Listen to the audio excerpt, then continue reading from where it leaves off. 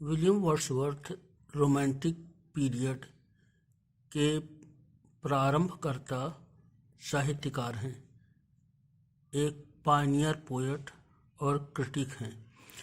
Wordsworth 1770 यानी 1770 में कोकरमाउथ, Cumberland में पैदा हुए थे और उनसे संबंधित बहुत सारे सामान्य प्रश्न टीजीटी और पीजीटी में आते हैं।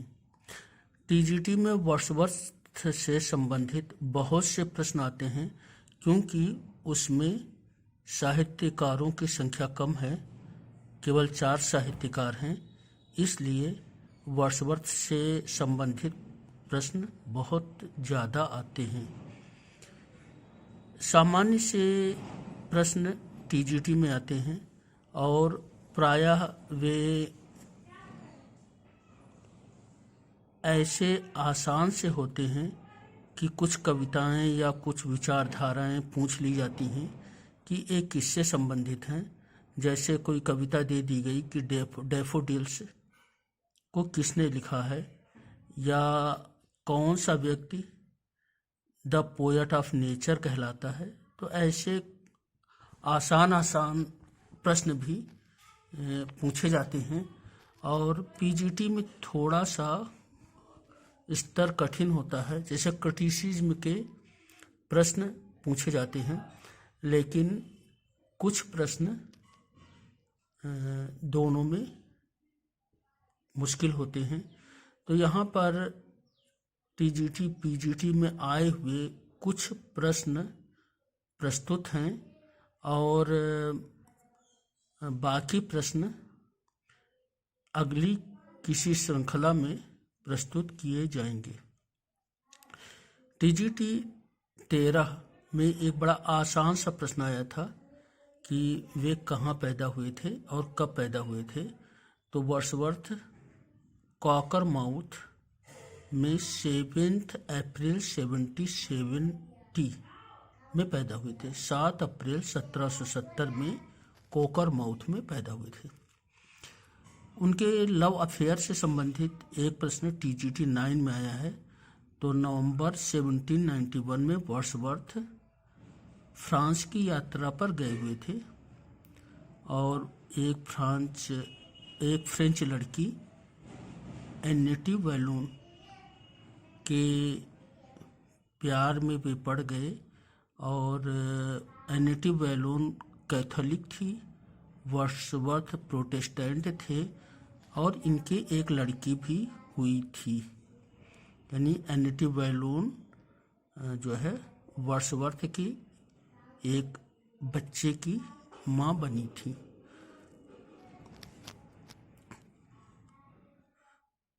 टीजीटी 2001 में एक प्रश्न आया है कि वर्ड्सवर्थ पोएट लॉरेट कब बने। तो वर्ड्सवर्थ 1843 में सदी की मृत्यु 1843 में हुई थी। तो 1843 में वर्ड्सवर्थ पोएट लॉरेट बनते हैं और अपने निधन के समय तक यानी 1850 तक वे पोएट लॉरेट बने रहते हैं। तो 1843 से 1850 तक वर्ड्सवर्थ पोएट लॉरेट रहते हैं। Wordsworth became poet laureate in 1843 following the death of Robert Southey। TGT 2010 का प्रश्न है कि वर्ड्सवर्थ किसके निधन के बाद पोएट लॉरेट बने थे। तो रॉबर्ट सदी के निधन के बाद वर्ड्सवर्थ पोएट लॉरेट बने थे। रॉबर्ट सदी के निधन के बाद वर्ड्सवर्थ पोएट लॉरेट बने थे। वर्ड्सवर्थ का ऑक्यूपेशन तो रोमांटिक पोएट हैं, क्रिटिक हैं। तो ये टीजीटी 2004 का और पीजीटी 10 का प्रश्न है। टीजीटी 4 का एक प्रश्न और है कि जब वर्ड्सवर्थ फ्रांस गए थे 1791 में वर्ड्सवर्थ फ्रांस गए थे तो फ्रेंच रिवॉल्यूशन की कौन सी स्टेज थी मिडिल स्टेज थी। और प्रारंभ में वर्ड्सवर्थ फ्रेंच रिवॉल्यूशन से बहुत प्रभावित होते हैं, बाद में उनका मोहभंग होता है। तब रॉबर्ट ब्राउनिंग उनके ऊपर एक सटायरिक कविता भी लिखते हैं। रिडल माउंट से संबंधित एक प्रश्न है। तो इन 1813 he and his family including Dorothy moved to Riddle Mount, Ambleside, between Gashmere and Riddle Water। तो वर्ड्सवर्थ 1813 में रिडल माउंट गए थे। वर्ड्सवर्थ 1813 में रिडल माउंट गए थे और लगभग 50 वर्षों तक वे रिडल माउंट में रहे थे।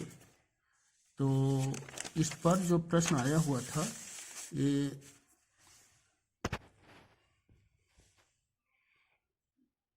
TGT 4 का प्रश्न है कि among dales man in Cumberland where he spent the rest almost 50 years of his life. ये TGT 4 का प्रश्न है।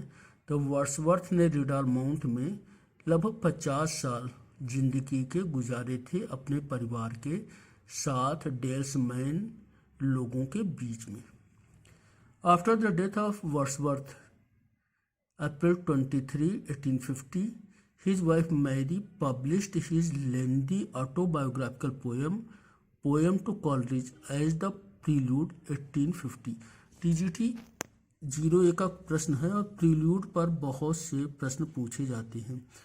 प्रील्यूड बहुत ही महत्वपूर्ण वर्ड्सवर्थ की रचना है जो कि 1805 में लिखी गई थी। पोएम टू कोलरिज के नाम पर कोलरिज को ही संबोधित है और 1850 में उनके निधन के बाद उनकी पत्नी मैरी हचिंसन के द्वारा पब्लिश कराई गई थी। तो TGT A का क्वेश्चन है प्रील्यूड 14 पार्ट्स जिसके हैं और इस पर बहुत प्रश्न आते हैं।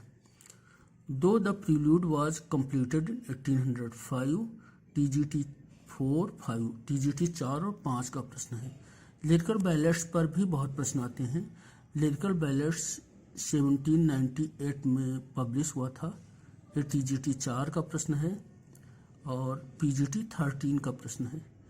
अ collaborative effort of Wordsworth and Coleridge, यानी वर्ड्सवर्थ और कोलरिज दोनों का सहयोगी प्रयास से लिरिकल बैलेट्स पब्लिश हुआ था 1798 में। ये TGT 5 का प्रश्न है। The prelude his autobiographical poem his masterpiece, ये PGT 9 का प्रश्न है। The recluse 1888, Wordsworth planned to make the recluse and the excursion, the prelude and the excursion। Wordsworth planned to make the prelude and the excursions parts of his long poem The Recluse। ये TGT 5 का प्रश्न है। यानी Wordsworth एक लंबी poem prelude recluse लिखना चाहते थे। तो 1888 में रिक्लूस को एक लंबी पोयम उनकी प्लान थी उनकी, और उसमें प्रील्यूड और एक्सकर्सन 2 हिस्से होते। तो जो द रिक्लूस है ये 1888 की संकल्पना है। प्रील्यूड 1805 में उन्होंने कंप्लीट कर ली थी और एक्सकर्सन के साथ मिलकर के द रिक्लूस का सृजन होना था।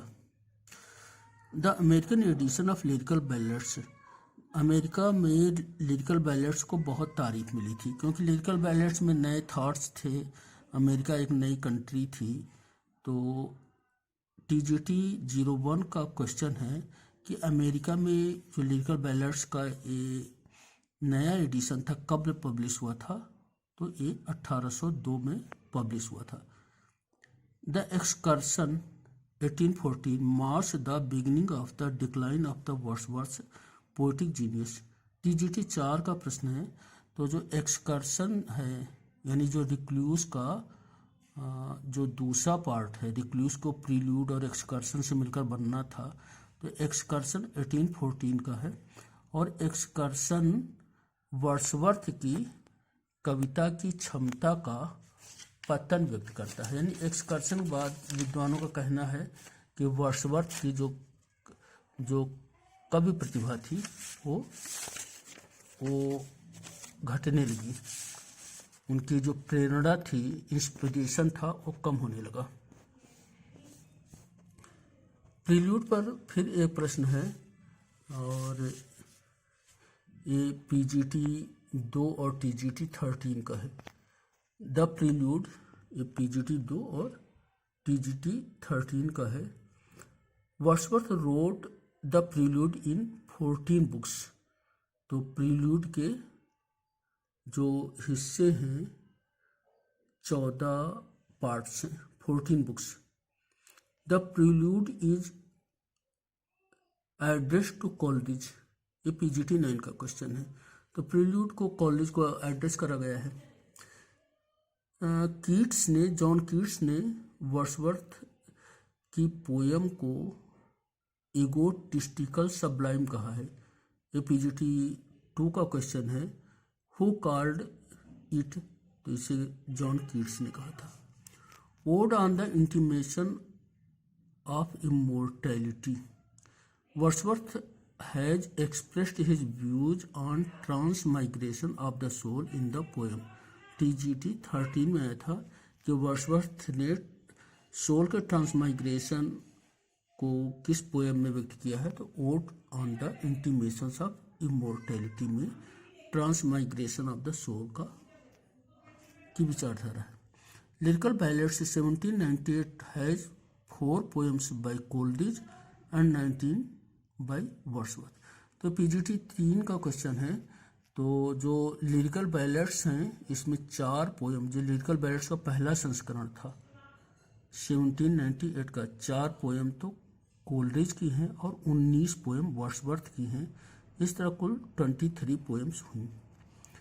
इन 1800 Wordsworth added his preface to lyrical ballads. ये पीजीटी 4 का क्वेश्चन है। तो जो 1798 वाला संस्करण था उसमें प्रीफेस नहीं था। ये जो 1800 वाला संस्करण है 1800 वाला, इसमें वर्ड्सवर्थ ने प्रीफेस को ऐड किया था और उसमें अपनी वो क्रिटिसिज्म वाली बातें रखी थी। पहले कोलरिज और वर्ड्सवर्थ दोनों को मिलकर लिखना था, बाद में वर्ड्सवर्थ ने अकेले इसे ऐड किया। माना तो ये जाता है कि ये विचार साझे थे, लेकिन क्रेडिट वर्ड्सवर्थ को मिला। Descriptive sketches 1793। The title of Wordsworth's first poetical volume, इसमें पॉलिटिकल वॉल्यूम लिखा है, पोएटिकल वॉल्यूम। तो डिस्क्रिप्टिव स्केचेस जो है 1793 का, ये पीजीटी 4 का आया हुआ क्वेश्चन है। ये वर्ड्सवर्थ का पहला पोएटिकल वॉल्यूम है। High priest of nature. तो जो डी क्विंसी साहब थे उन्होंने वर्ड्सवर्थ को हाई प्रीस्ट ऑफ नेचर कहा था। तो high priest of nature, who considered Wordsworth as a high priest of nature, answer De Quincey. और ये भी पीजीटी का आया हुआ प्रश्न है। तो ऐसे पीजीटी में प्रश्न आते हैं। टिंटन एबे वाली जो कविता है, टिंटन एबे वाली, उससे भी बहुत ज़्यादा प्रश्न आते हैं, बहुत ही, वो भी एक महत्वपूर्ण कविता है। Thank you.